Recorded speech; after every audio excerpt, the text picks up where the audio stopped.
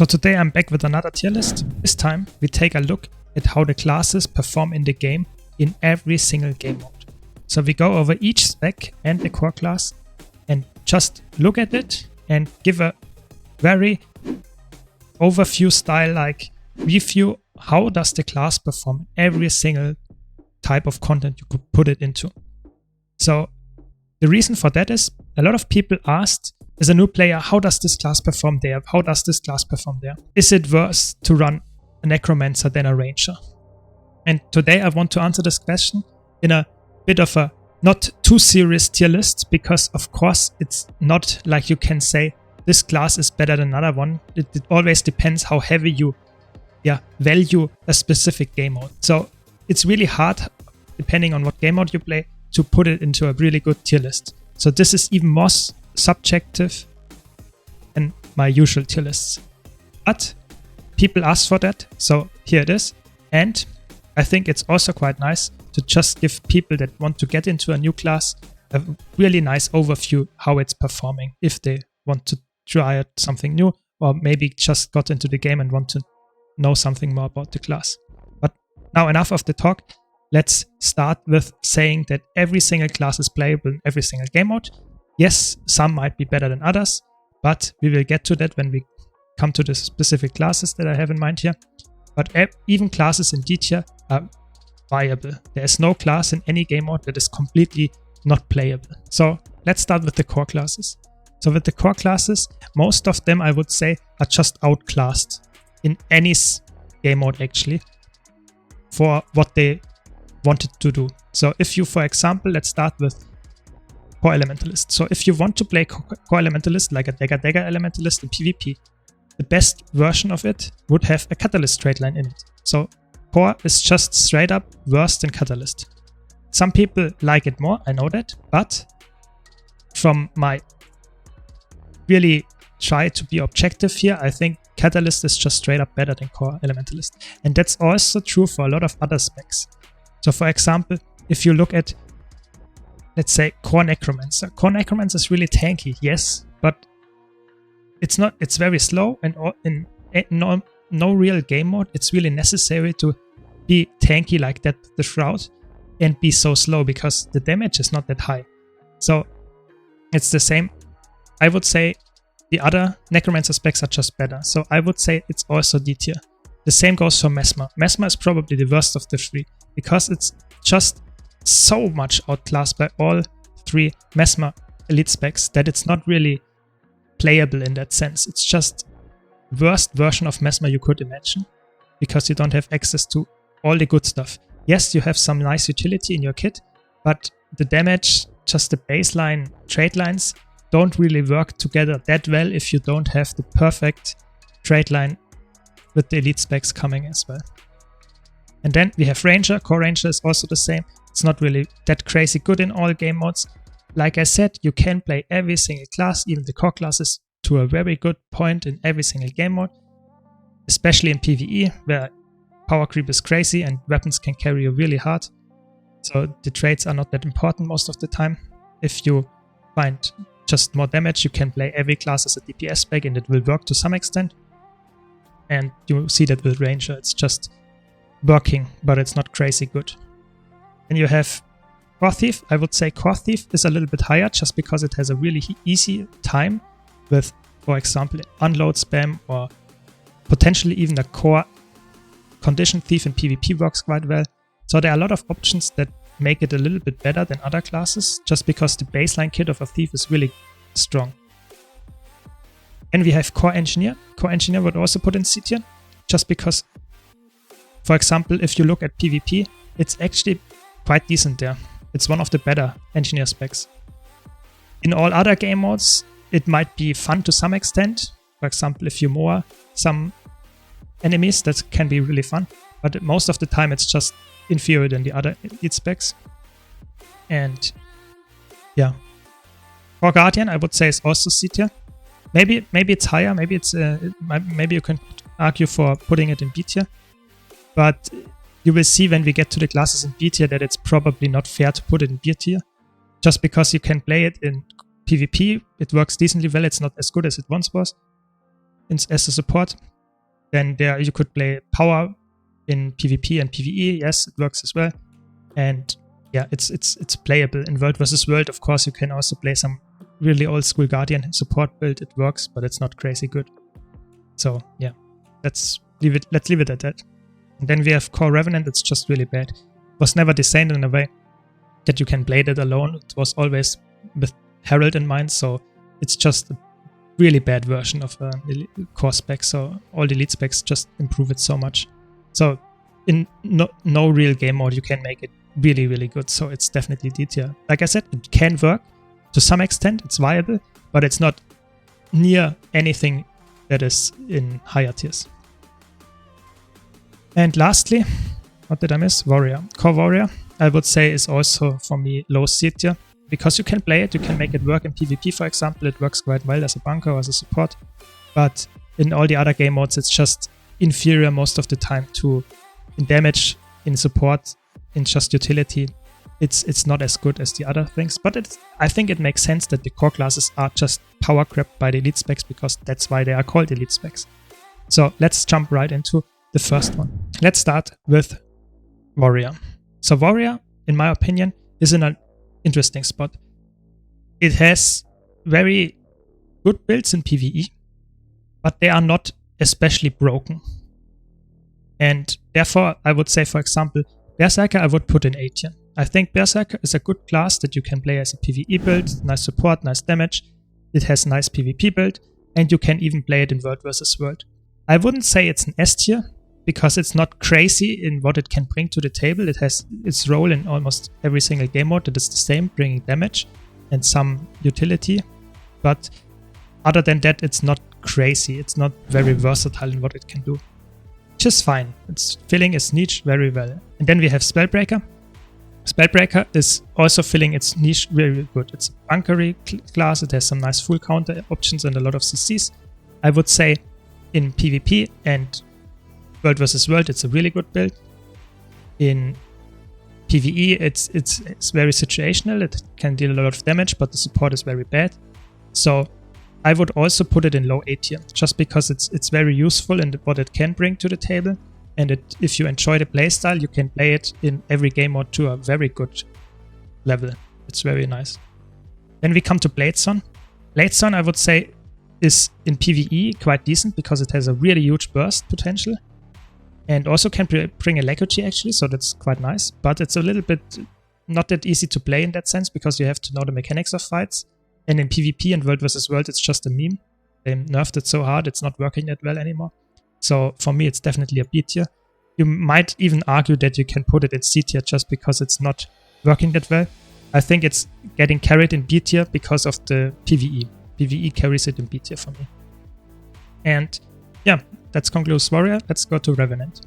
Like I said, Core Revenant is really bad, so the elite specs improve it by quite a lot. So let's look at Herald. Herald for me is the first S tier build, or the first S tier elite spec. Because Herald works really well in PvP, it has multiple builds there. It has very good builds in World vs. World as well. For roaming, it has some decent builds for Zerging as well. Not that good anymore, but still working. And then you have, it's just a support king in PvE, it's extremely strong, and in solo builds it's also extremely good. So it has just everything covered. I would say also in 2v2s or 3v3s, if that's up in PvP, it's also a decent build because it has a nice self-sustain and very good damage as well. So it's working in in all game modes, so to say. It's really good. Then we have Renegade. Oh, Renegade, that one is a little bit hard. The reason for that is it works quite well in Fractals, for example. It has some nice damage in squad content as well if you play it as a damage dealer. But when it comes to usability, oftentimes you prefer a Herald, just because a Herald has way more group support, and it's just not that easy to play, I would say. Herald feels a little bit less restricting in what it can provide without that much of knowledge about the complicated rotation. And in competitive modes, I would say it got hit really hard by that every single class elite spec of Revenant can use shotbow with the Soto elite spec. The weapon got free for every class, and that made it way worse. So I would say this one is also for me in B tier, just because it's not that good in competitive play, and in PvE it's also not in every group anymore. It was at one point, but not anymore. And then we have Vindicator. Vindicator is in a weird spot.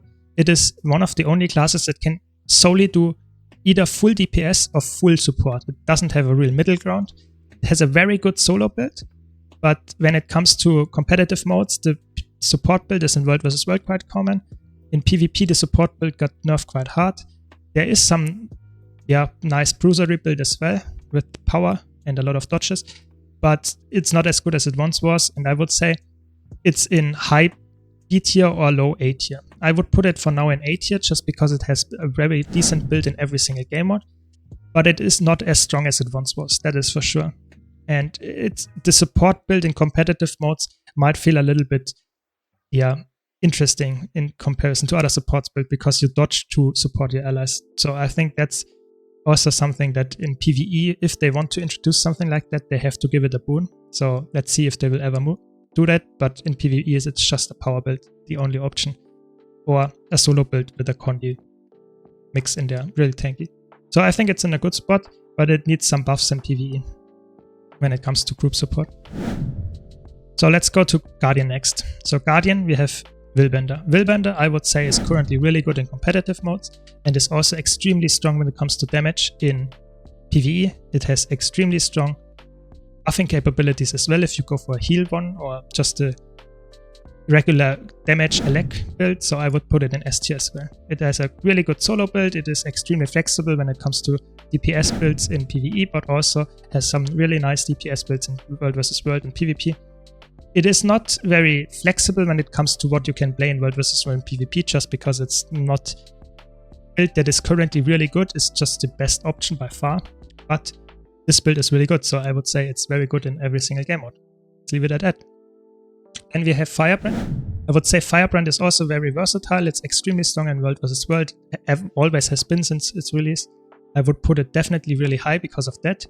In PvP, I would say it's not that good. It works quite well as a support, but it's overshadowed by Necromancer and Tempest, and it's also a little bit harder to play, I would say. So you can get punished quite hard. In PvE, it's actually quite decent as a support, as a healer, as an offensive damage dealer, as an offensive support. It's very flexible, has a lot of tools.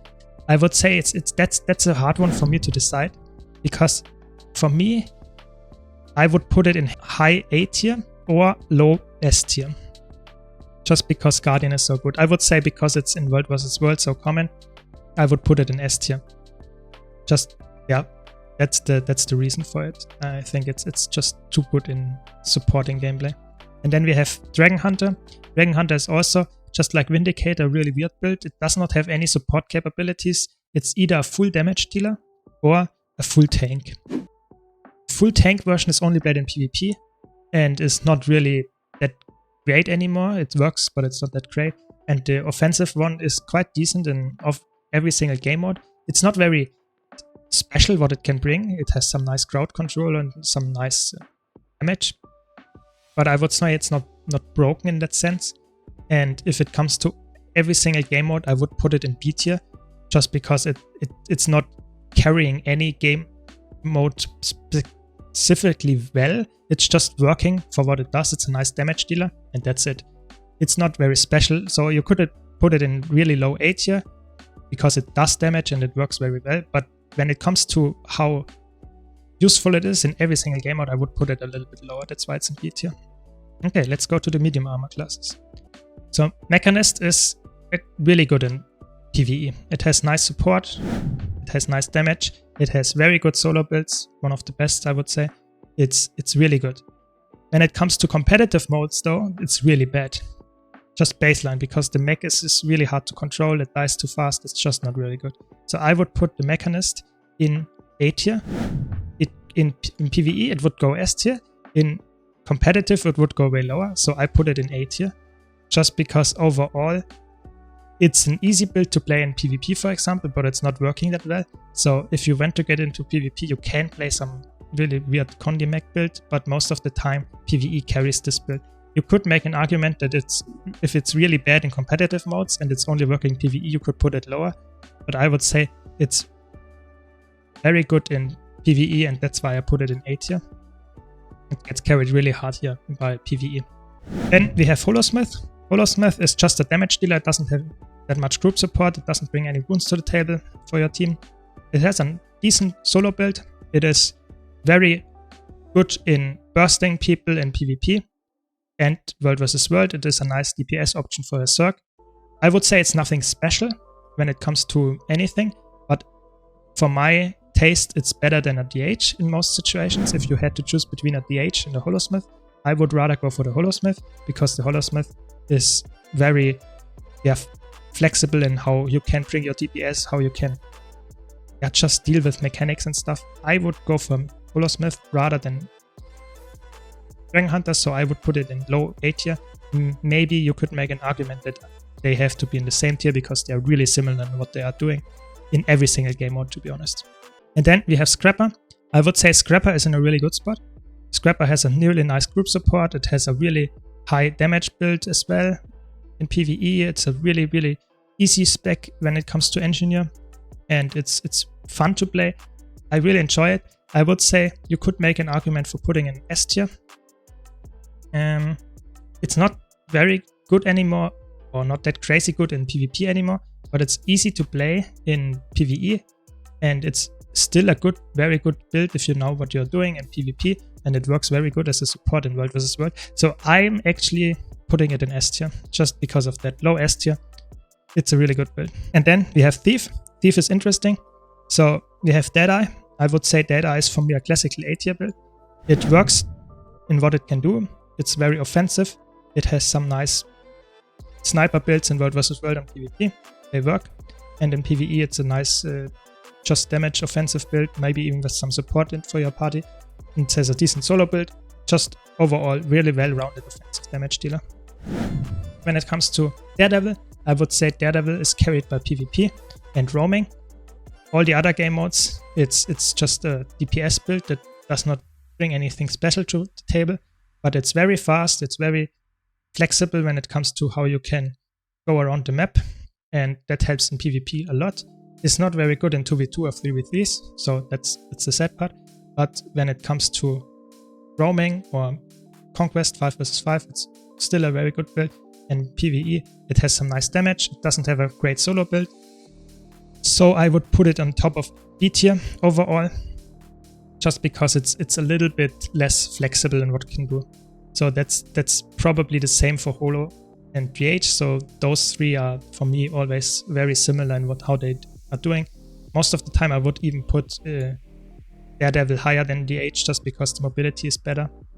When it comes to solo builds, it's definitely worse. So yeah, it's just something A and B can be really close together.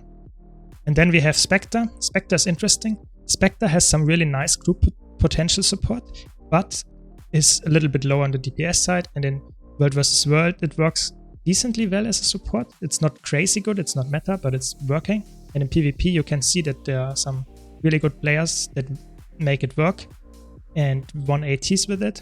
Monthly ATs, so that's proving that it's a good build. In PvE, you also can support quite well, so I would say it's also for me in A tier. It's low A tier, it's not as high as, for example, a Berserker for me, but it's still A tier because it does what it wants to do and is quite flexible. You can play it heal, you can play it DPS, you can play it hybrid. It works just very good. Then we have Ranger. So Ranger is interesting. We have Druid. Druid is really good in PvE as a healer. Everything else in PvE is not that crazy, I would say. It's a little bit gimmicky. It works, yes, you can play it as a DPS, as a hybrid build, whatever. I think it's okay. But most of the time I would say it's healer. And in World vs. World and a Zerg as well. In roaming and PvP, 2v2, even 3v3, it works as a nice bruiser build. But that doesn't carry it for me in that sense to make it S tier, so I would say it's for me A tier. For sure. Because it works really well in PvE, but it's not an S tier build because it's not working in every single game mode. Yeah.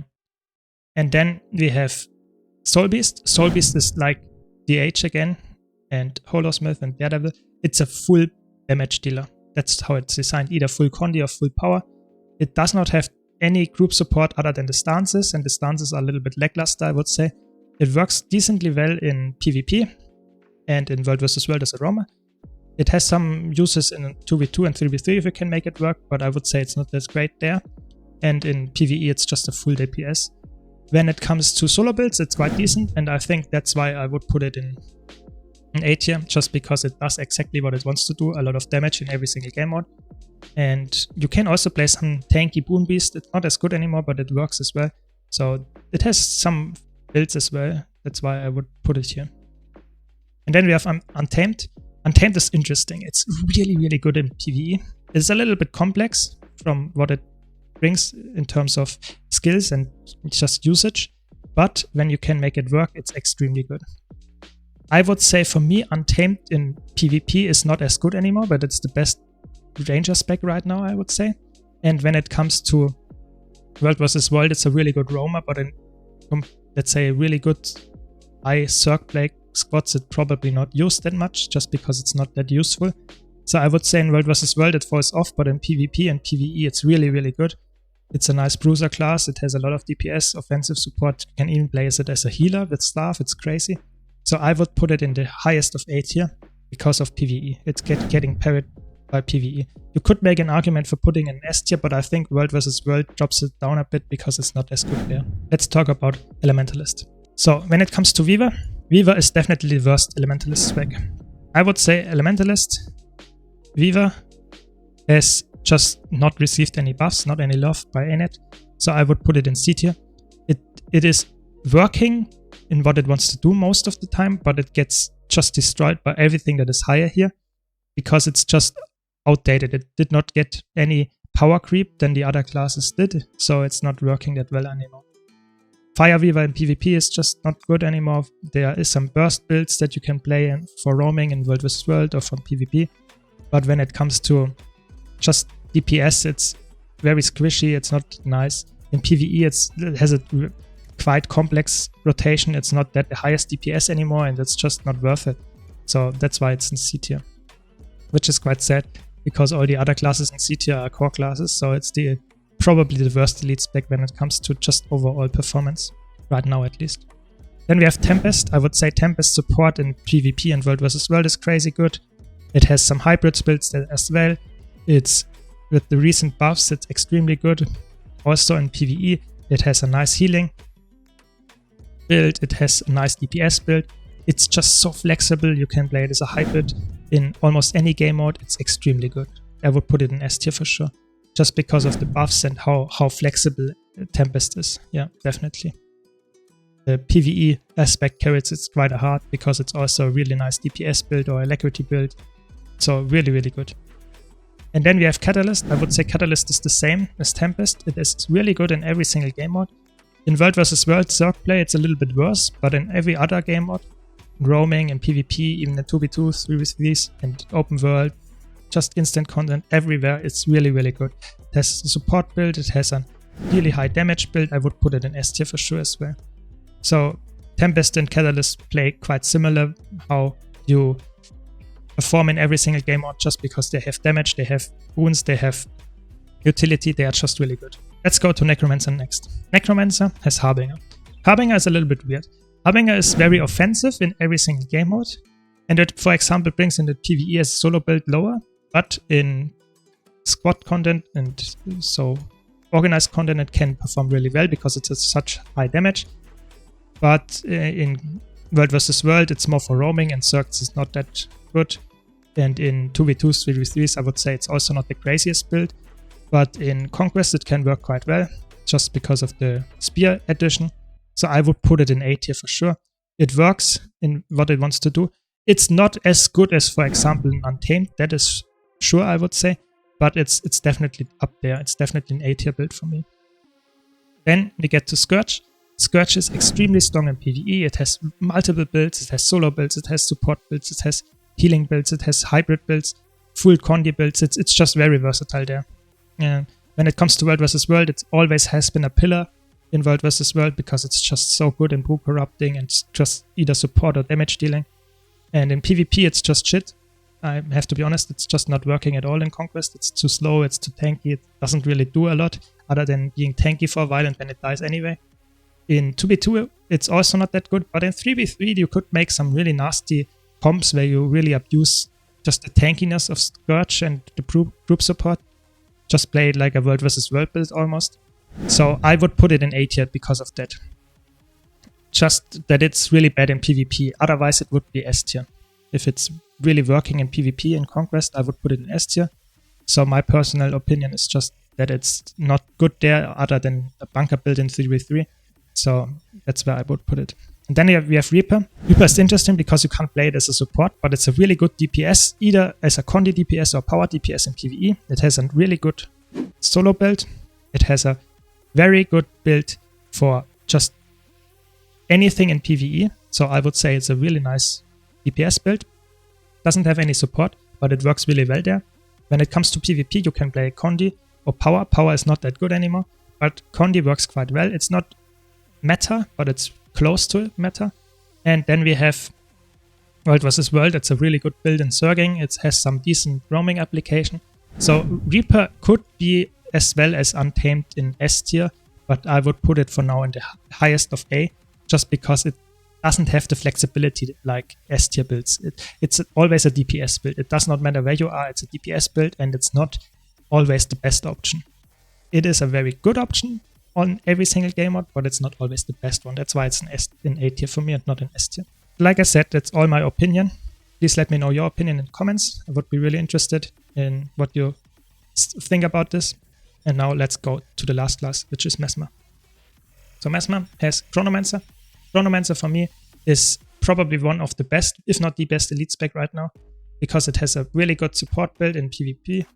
It has a really good hybrid build in World vs. World PvP. It's really good. It's really good in Zerg play as full support. It has amazing DPS builds in PvE as a support, as a full DPS, as a full healer. It has everything. It's just very good. Especially with the chaos buffs, it's insane. The rival brings so much as well, and the spear, it's just overloaded as you can imagine. It's definitely, I would say if I had to pick one class or at least one elite spec for now that is the most broken one, it would be Chronomancer, I would say for sure. Then we have the opposite, which is Mirage. It's not really working in PvE that much right now. It's not a good DPS build. It's not that much of a support build either. It works as a solo build, has it going for it, but everything else, it's not that great.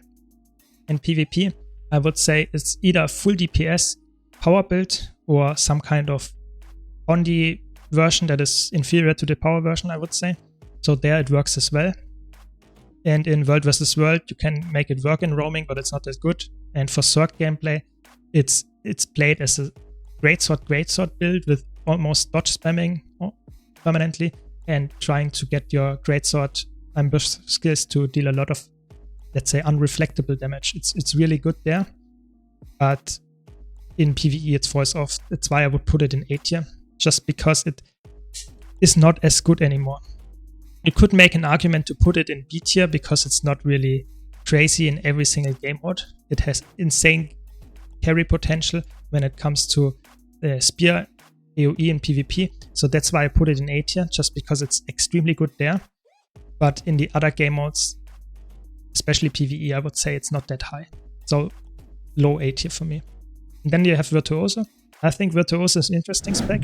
It works decently well in World vs. World and PvP as a just damage build that has unblockable 1200 range damage. It's really nice. Has crazy burst potential, and the spear carries it really hard. When it comes to 2v2 and 3v3, I think it's not that crazy because it doesn't have that much group support. And as a solo build, be sure to check out my video about Virtuoso solo builds, is actually surprisingly decent. It's really, really good. And as a full DPS build, either as a Condi build or power build, it's really good.